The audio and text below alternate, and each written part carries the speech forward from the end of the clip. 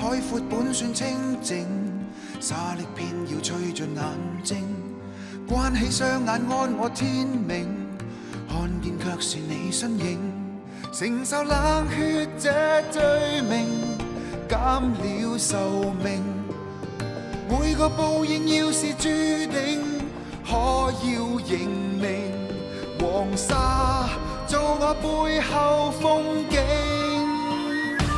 曾披起風沙，笑看每個在地上爬，我的腳下從一生虛假放半剎那，瀟瀟灑灑抱緊我吧，疾呼吧，飛吧，火無風沙。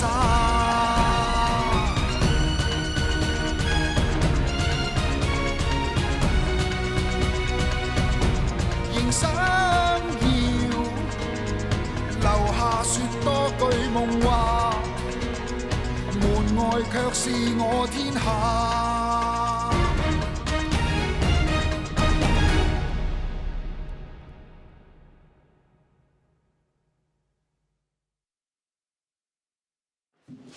好彩剛啱喺門邊聽到當家講嘅説話啫，如果唔係啊，成晚黑就囉囉攣。唔知自己咁供出嚟，會唔會厚咗面皮啫？當家，客人嚟咗啦。東升大哥，東升少爺，我哋等咗你好耐啊！東升少爺同我哋長房之所以咁親，點知血脈咁簡單啊？如果當初東升少爺唔係落咗山嘅話，春芬依家已經係東升嫂啦。咁肚裏邊嘅蘇蝦，咪即係東升少爺嘅咯？啊，世事真係咁奇妙啊！嗬！東升大哥落山嘅事，貴人姐又何必提呢？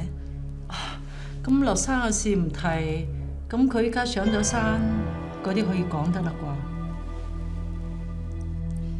我送東升半世人一事無成，四處漂泊，又落山至上山，我嘅事乏善足陳，冇咩值得講。但人與人之間嘅緣分，就正如桂蘭姐所講，確實係奇妙。有啲人有緣有份固然係好事，但有啲人無緣無分，咁先至唔係壞事。而我就正正係一個咁嘅人。今日見春芬咁幸福，見東陽求子得子，呢啲叫做命，亦都有兩個好人有好報。我真係好戥你哋高興。嚟啊，東陽，我敬你一杯。多謝。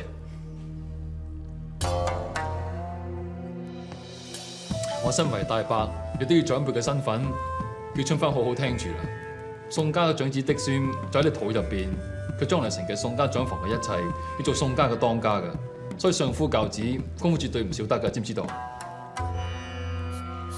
東陽啊，你過呢啲牛脾氣啦，若果唔係第日佢學咗你就弊啦。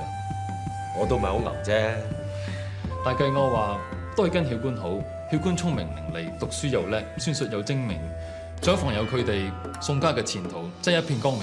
好，今日就為咗東升佢學我哋長房嘅呢一番説話，我代家人先飲為敬。當家果然海量，嚟，我再敬大家一杯。飲杯。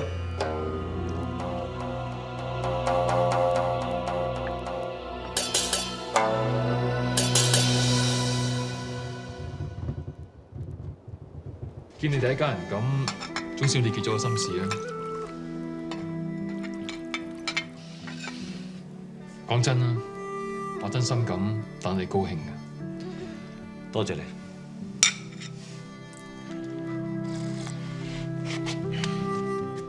但你講得冇錯，桂蘭嘅舉動有啲唔尋常。佢話晒都係宋家長房嘅人，但係佢做啲嘢反而係損人而不利己。有啲奇怪嘅。其實桂蘭一向都係唔喜歡我同朗月，可能一路以嚟我哋都唔夠孝敬佢。又或者佢以前同二娘係對付我嘅，而家二娘同我同一陣線，佢變得孤立。加上而家佢病咁嚴重，脾氣變得好壞，連二娘都怕咗佢。東陽大哥，小琴，食唔食嘢啊？唔使啦，唔該。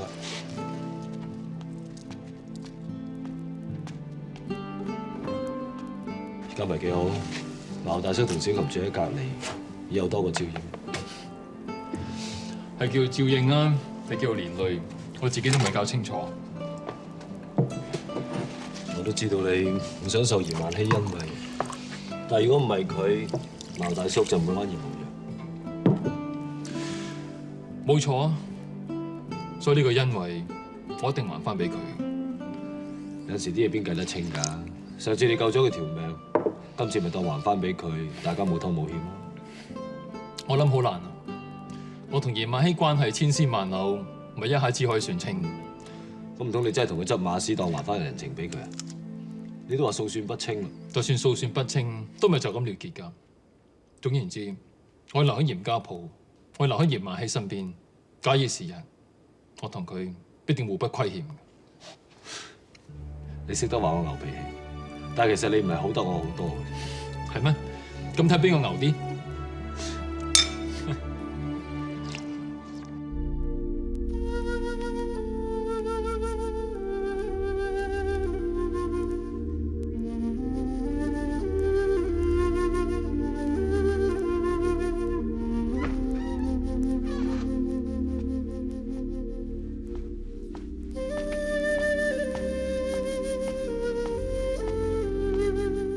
個煙袋你買㗎？我見你舊嗰個唔見咗，就專登買個新嘅俾你，唔中意啊？唔係啊，係啦，你舊嗰個手工咁好，應該係上等貨色嚟㗎，點會咁樣都唔見得嘅？話明唔見咗，又點會記得清清楚楚點樣唔見呢？咁我唔阻你，出返去先。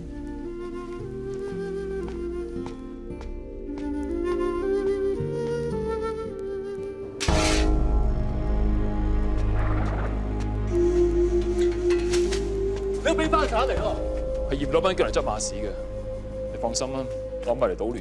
我冇聽過老闆吩咐，你冇白做喎。咩事啊？少奶，係你？宋東升，你又想點啊？宋東升？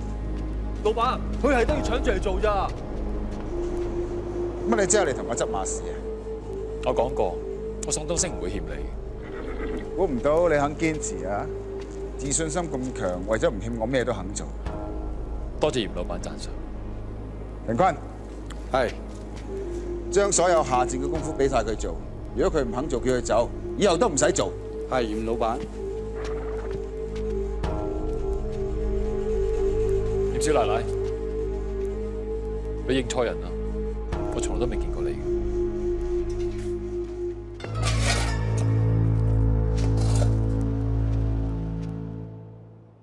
大哥真係喺你屋企做事？你話佢嚟打工又得，佢嚟還債又得。總之，男人為咗義氣兩個字，有時做嘅嘢真係好難令人明白㗎。我係怕2年前嗰件事，仲係嚴老闆同埋東升大哥心入邊一條刺咋。佢哋兩個都唔啱嘅。而家東升大哥仲日日纏喺你屋企門口喎，我真係怕佢會衝動魯莽，又會出事咋。你放心，宋東升嘅頭腦仲係好清醒。如果唔係頭先，佢都唔識得避忌，佢冇話識得我仲未好好咁多謝佢啊真。點解你咁講嘅？你見過佢㗎？你仲未記得啊？我第一日到家寨，我咪出過去嘅。嗰一晚你遇見佢咩？我哋都算係幾有緣，就因為佢一句説話，所以我對嚴漫天唔會抱有任何希望。總之一切都已成過去啦。姓嚴嘅，唔理係細佬定阿哥都好，根本就唔值得任何人對佢哋存有任何希望。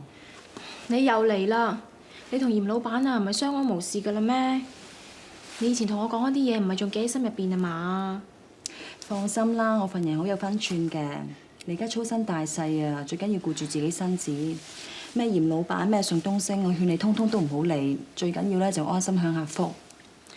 就係因為我而家日子過得咁好，見到東升大哥咁樣，就更加唔安樂。傻嘅，宋東升而家咩境況，關你咩事啫？其實桂蘭姐都講得好啱嘅，無論我同東升大哥係無緣無份，係件好事定係壞事都好，起碼我今日可以守得雲開，又可以為宋家繼後香燈。其實我真係好開心㗎。但係相比之下，見到東升大哥而家一無所有，得返一個人，唔知點解硬係戥佢好唔抵，好唔甘心啊！所以你哋戥佢可憐喎。換住係其他人會話呢啲係命，但會話呢啲係人嘅本事。你有本事堅持冇放棄，所以最終有得着。但佢要自怨自艾、意氣用事，最終孤寡落魄，亦係佢自己嘅選擇，邊有唔抵唔甘心㗎？明鳳啊，而家東升大哥喺你屋企做事，如果可以嘅話，咪關顧一下佢咯。睇嚟你唔想欠人哋嘅人情，咩都做得出啊！睇下啲咩人啦，有個謙謙君子嘅，我唔計為佢係虧嘅。但若果係啲卑鄙無恥嘅人，再連半分我都唔想俾佢連累，我怕會折福。功夫做妥嘅，咁咪走咯，何必咁多説話咧？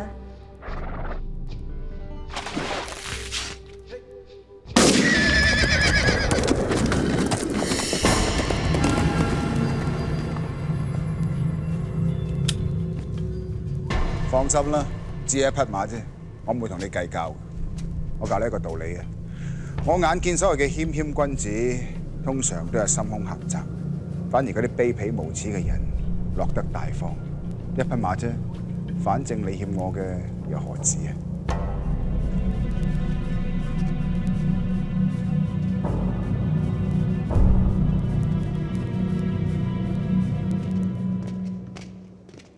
老闆，小拉，宋當家屋企個管家桂蘭想見老闆喎。嚴老闆為人精明能幹，處事公道，嚴家鋪有嚴老闆英明嘅領導，真係可謂包公在世，一定可以幫我哋宋族人還個清白。你病成咁，不如揾個大夫睇下，再嚟講過啦。唔使啦，桂蘭冇事嘅。桂蘭，多謝嚴老闆關心。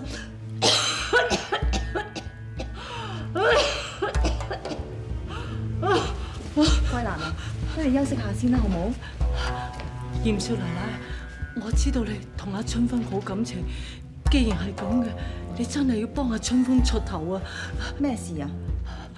春風嘅肚啊，根本就唔係宋東陽啊，係當家揾阿宋東升同佢打種嘅啫。宋東陽根本又冇本事生仔，佢就呃阿春風嘅咋。嚴老闆，嚴老闆，嚴老闆，宋東陽佢係有心。不如我送佢翻去先啦，好冇？佢講大話，話佢自己有仔生，係想搶阿當家嚟做啊！咁啦，呢件事老闆自會處理，你放心。我而家先叫人送你翻去，好冇？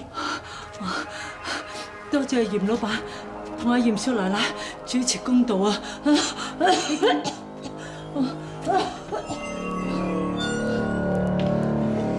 呢件事千祈唔好同其他人張揚。陳掌櫃，你幫我送桂蘭翻宋家。哦。一路上小心風沙，記住我嘅説話。慢慢。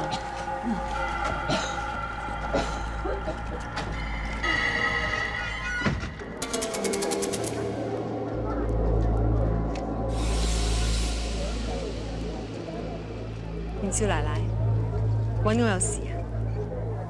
宋當家，我唔知你仲記唔記得，你曾經話過我講説話喜歡令人措手不及，亦都話過我睇人睇事心思通透咁。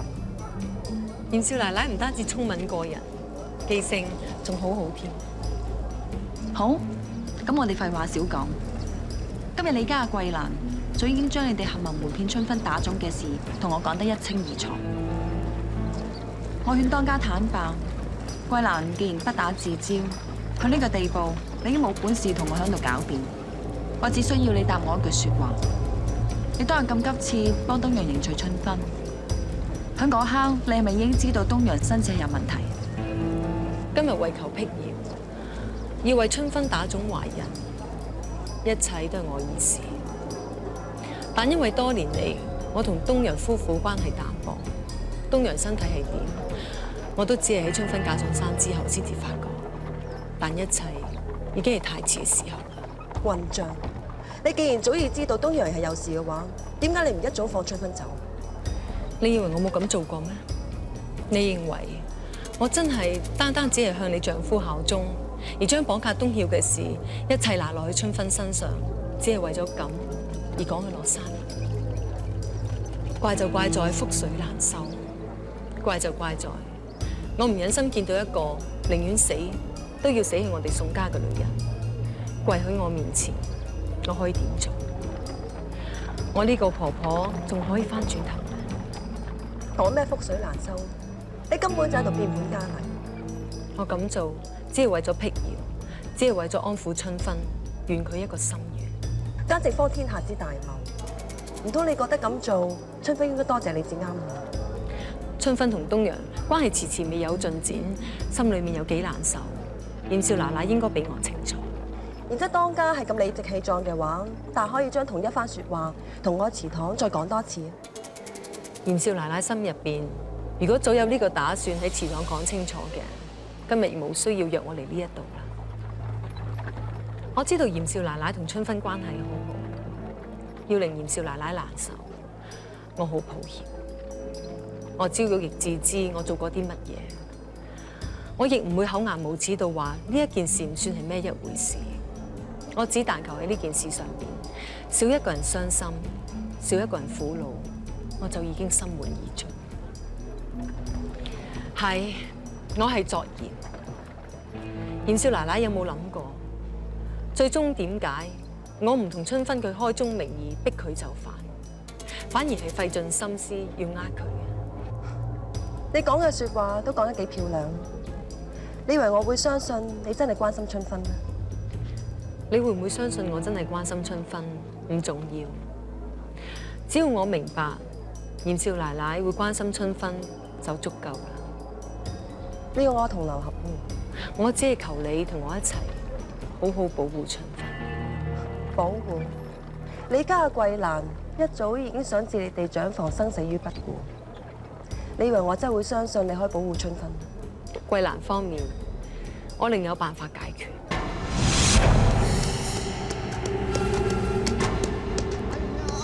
春芬落咗山，我哋暫時就可以鬆口氣。我哋就趁呢幾日教曉桂蘭，究竟呢一間屋入邊咩時候應該講説話，乜嘢時候係唔應該講説話。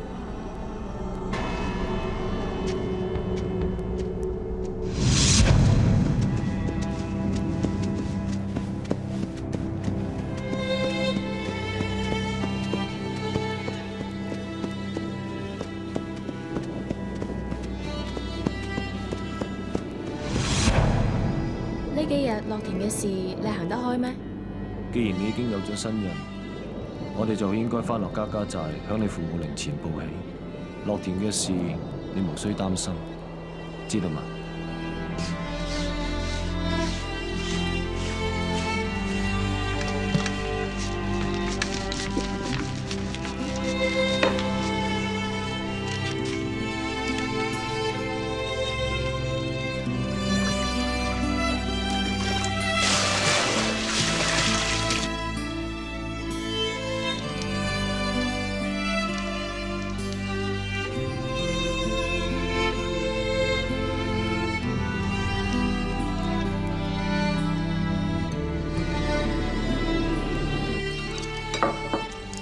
嚟啦，你都肚餓啦，快啲食嘢。我好少煮食，所以唔知啲味道係點，可能好難入口。點會呢？我都估唔到有機會可以食到你煮嘅飯。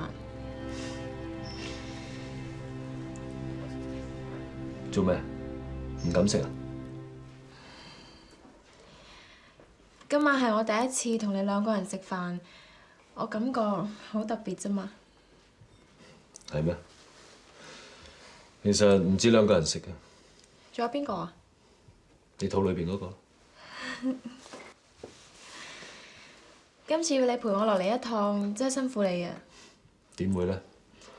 家家寨幾好啊，可以有個地方俾我哋唞翻啖氣。總之有機會，我哋可以再落嚟嘅。食嘢啦。有冇人啊？東升，東升入嚟啊！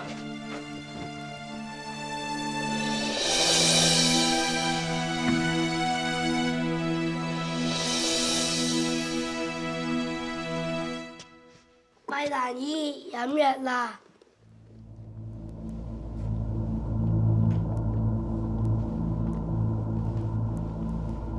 其他啲人去晒邊啊？點解要你拎藥嚟俾我啊？桂蘭姨，啲藥係藥煲俾你飲嘅，你要專心養病，唔好諗咁多嘢，個病自然會好返，長命百歲。呢啲説話係邊個教你講啊？冇人教我講。哎呀，好痛啊！唔好打啦！你走到去邊啊？你走去邊啊？你做乜嘢打佢啊？你唔見咩？宋家個香爐等，我都喺度打緊啊！你呢個冇仔生嘅女人，冇資格同我講嘢。你家咪病到懵咗啊？娘親，我係有病，唔係懵到，有滿藥就可以俾人收買到嘅。東曉佢送藥嚟俾你，都係想關心你啫。你真係以為宋家嘅男人會真係關心女人咩？桂蘭，夠啦！想當初個死老鬼入我房嗰時，都係同我係關心我，驚我受風寒，問我使唔使請大夫。講完帶東曉出去做咩啊？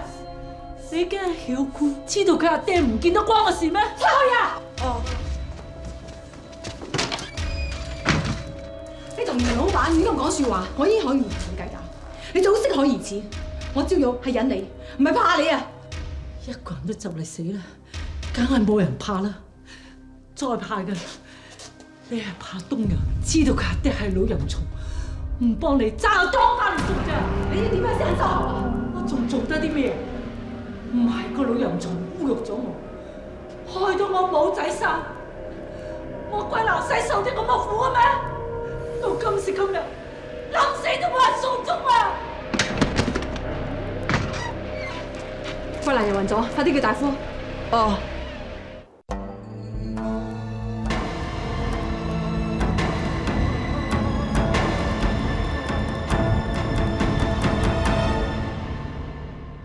你落到嚟軒陽溝咁遠，就係幫嚴萬禧揾翻匹馬，你使唔使咁認真啊？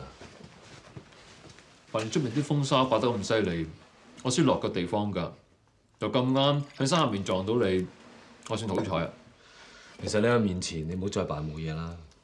隻馬係嚴萬禧放嘅，佢根本上就係心留難你，你使乜咁辛苦同佢去揾啫？嚴萬禧越要我知難而退，我越要佢度唔到呢啖氣。但係嚴老闆始終係豪門大戶，你同佢鬥最終蝕底嗰個咪係你自己，咁又何苦呢？冇錯，嚴老闆係豪門大戶啊，要鬥贏佢確實空談妄想。講錢講權講地位，我宋東升遠不及佢，咪鬥骨氣咯。一個心高氣傲嘅人，當欠人哋人情嘅時候，就好似熱鍋上嘅螞蟻咁，會不惜一切想盡辦法還債。佢越唔想欠嗰啲佢睇唔起嘅人，佢就會越欠越多。亦只有咁樣，我先可以挫佢嘅鋭氣，落佢面子。但係最後辛苦嘅咪係你自己一個，你有得着咩？婦人之仁，男人嘅嘢你知幾多？春芬啊，我哋有排飲㗎，你見攰上場休息先。哦。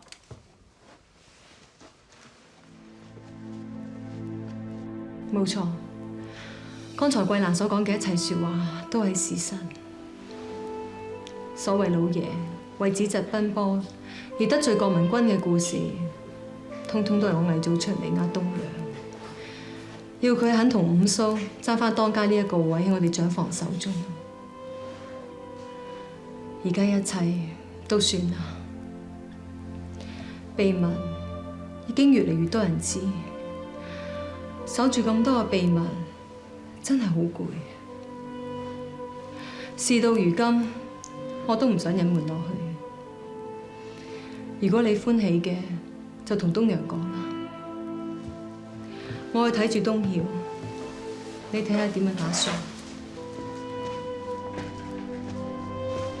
桂蘭姐同老爺嘅事，點都唔可以俾東陽知。你咁講係咩意思？老爺喺東陽嘅心目中，一直都係好人係英雄。為咗老爺嘅名聲，東陽佢咩都可以犧牲。但係如果而家俾佢知道呢件事嘅，我真係唔知佢會點諗啊！我都相信老爺往日嘅事，東陽係唔知好過知。但係事到如今，有好多嘢唔係話你同我唔講就可以隱瞞一世。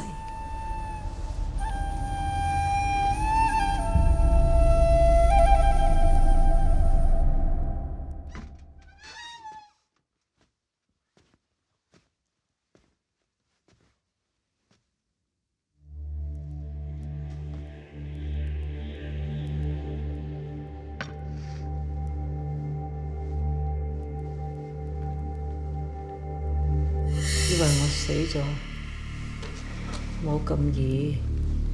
就算係死啊，都要到甘心死嗰日先去死啊！唔發生嘅事都發生咗，就單單要啲冇相干嘅人一齊受苦，咁樣嘅去，你真係覺得甘心咩？你驚我死得唔眼閉，日後做咗鬼，晚晚嚟打攪晒啊嘛！打齋超度呢功夫，我哋宋家絕對唔會代薄你貴人。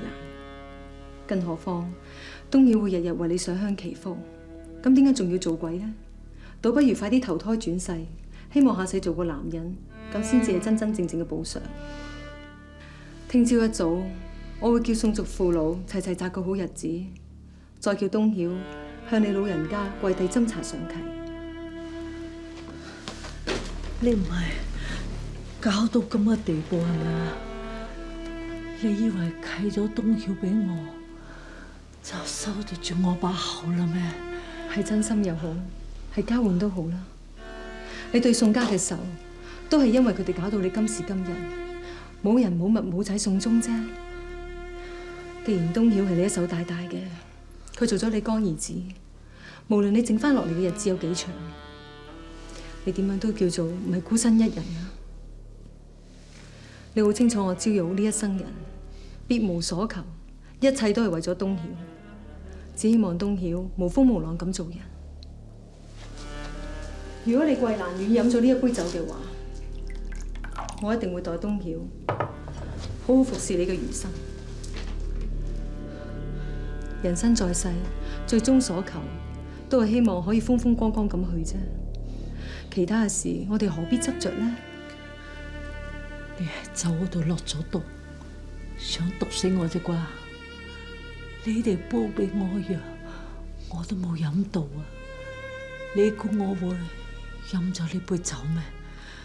你唔相信我嘅，我就先入為敬。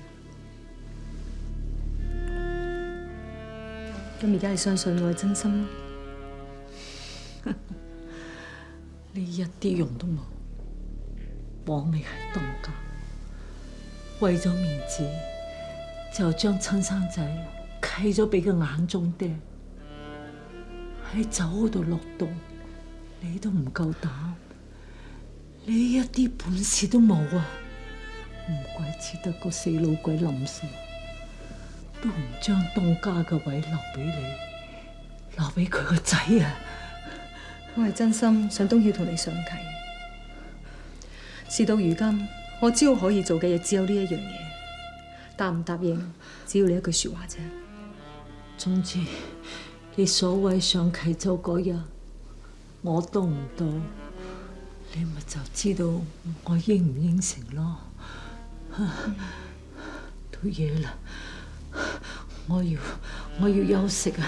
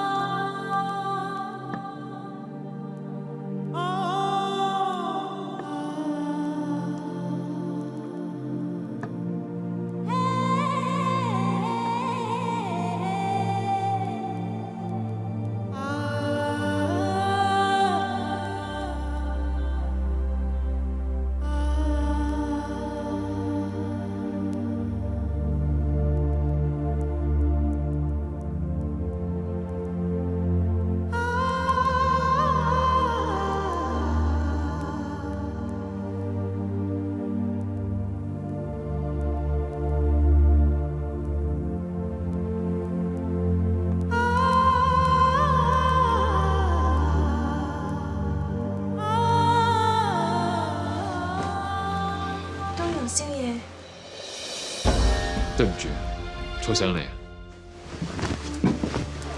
你做咩啊？我怕你冷親啫，我過廚房瞓。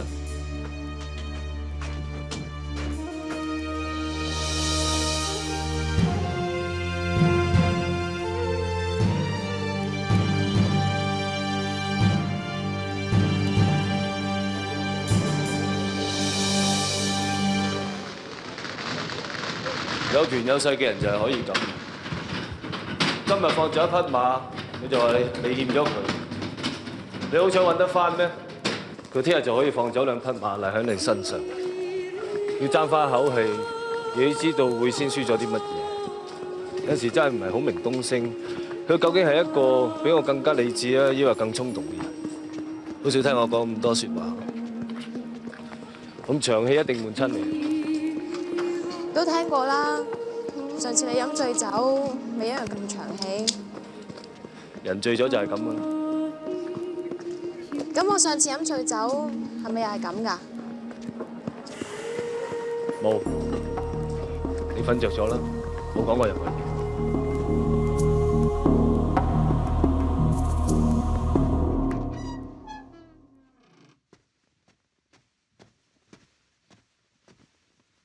桂蘭姨，冬妖攞藥嚟啊！桂蘭姨醒啦，你做乜嘢啊？桂蘭姨，你做乜嘢啊？快啲醒啦！桂蘭姨，桂蘭姨，桂蘭姨，你唔好死啊！唔好走啊！唔要冬妖啊！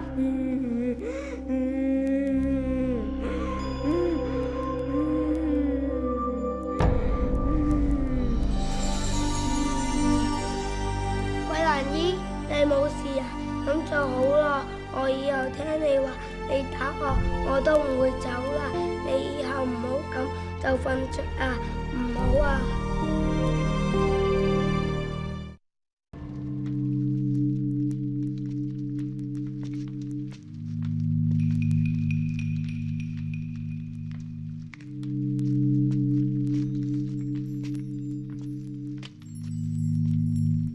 你猜呢嚿嘢整麵俾人食啊？桂蘭姐，做咩見到我咁驚啫？見鬼啊！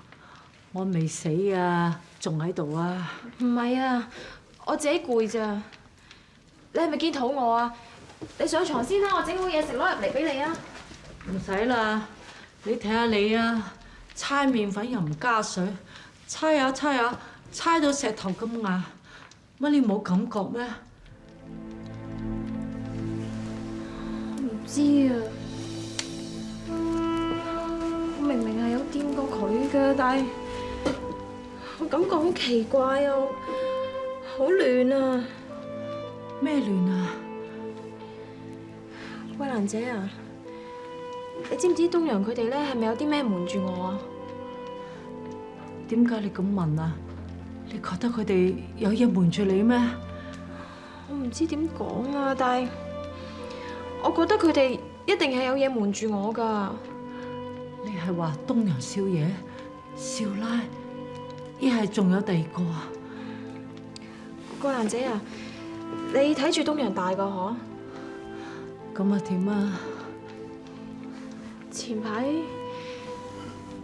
排出邊有啲謠言關於東陽嘅身子啊，實情係點㗎？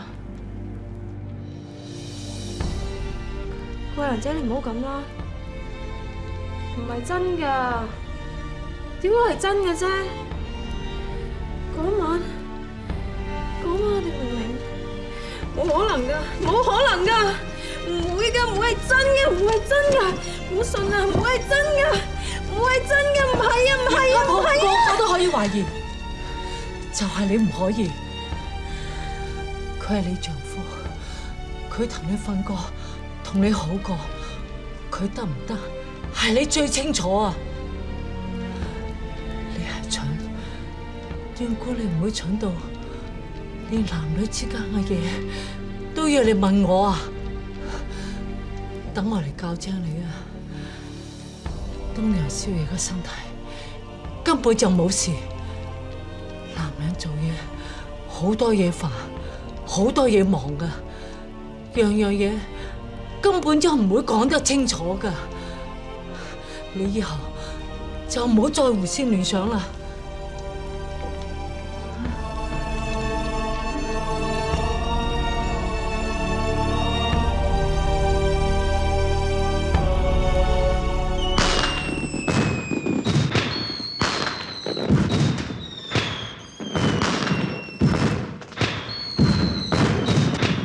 咩事啊？係咪今次落家家債有啲咩問題？凌鳳啊，我講樣好傻嘢俾你聽啊！今次我落山，我遇到東升大哥，正因為咁，曾幾何時我有一種好奇怪嘅感覺，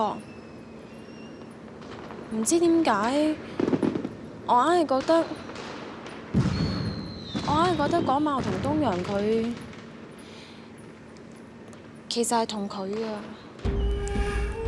你唔去到而家仲係咁覺得係嘛？其實胡思亂想個人都會有，一日都係我唔好啦。當初我就唔應該將東陽呢啲無聊嘅謠言話過你知。都唔關你事，況且我都唔係講緊呢樣嘢，我只係唔開心，點解自己有呢一種諗法？今晚我成晚都喺度諗，究竟我係咪未盡苦道？我係咪關心東陽關心得唔夠多？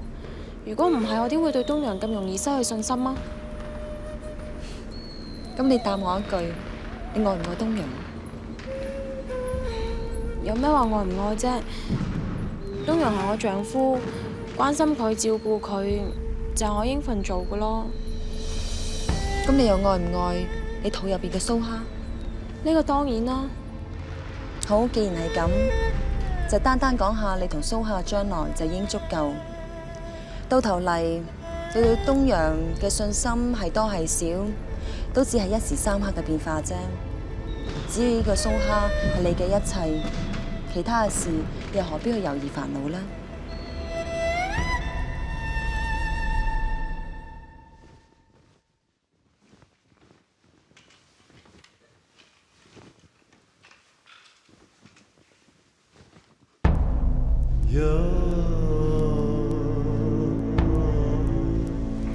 今日見到啲可以落得床。其實呢班女人，夏姐過咗大半生人，都未開心過。你求佢哋幫啲男人保住呢頭家，佢哋真係會咁靚、咁願意咩？好多時我度上香，都唔係為咗要求祖先俾啲乜嘢，求嘅只係求個心安啫。今日我心平靜咗好多，關於上契嘅事就一切從簡。你真係答應我上次提出嘅嘢？我只不過突然間覺得，我憎呢個家已經憎咗幾十年，我真係有啲攰。總之，他朝我去嗰陣，你冇俾阿曉官為我難過咁多，咁就夠。我已經叫咗平姑將我啲被鋪搬返入我自己間房。話晒都住咗咁多年，無謂令自己唔安樂啦。桂蘭，係啦，你冇話我多事，我講埋最後呢一句。今日春芬喺廚房問起我打腫嘅事，係春芬問嘅。不過你放心啦，我咩都冇講過。我諗佢都係突然間諗起，而家應該冇事噶啦。不過你以後要小心啲啊！我自己瞓啦。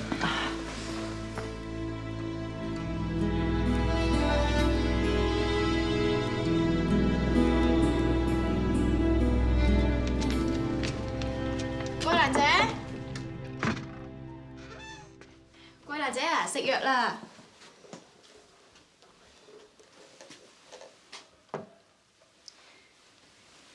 桂蘭姐，桂蘭姐，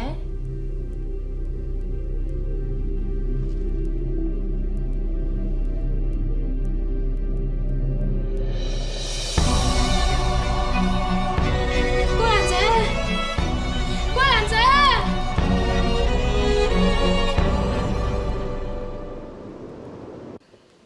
我會寫信俾桂蘭鄉下嘅表親節。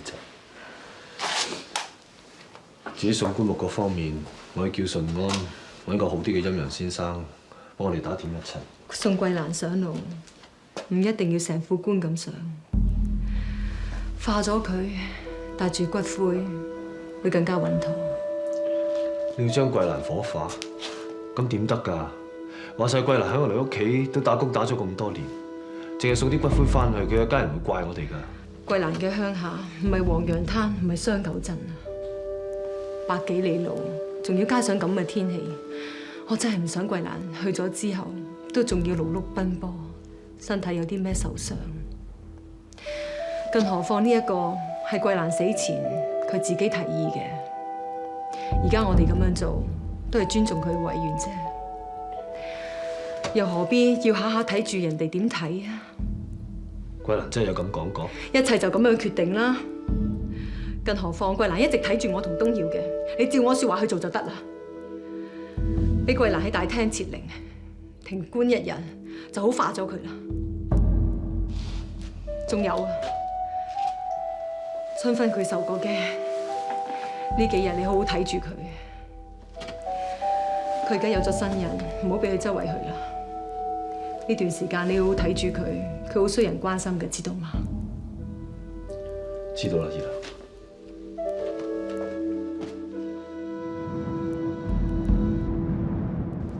平姑，你幫我喺東曉間房度點多2盞燈，細路仔間房睇下會驚嘅。哦。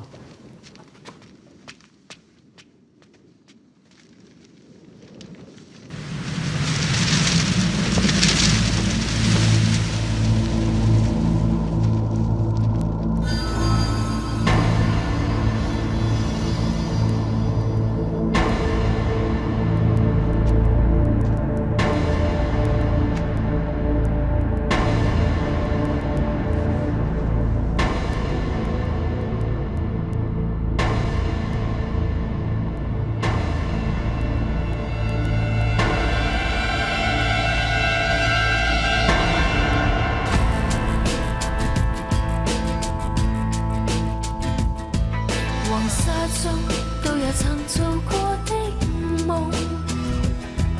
黃土埋着約誓與情路，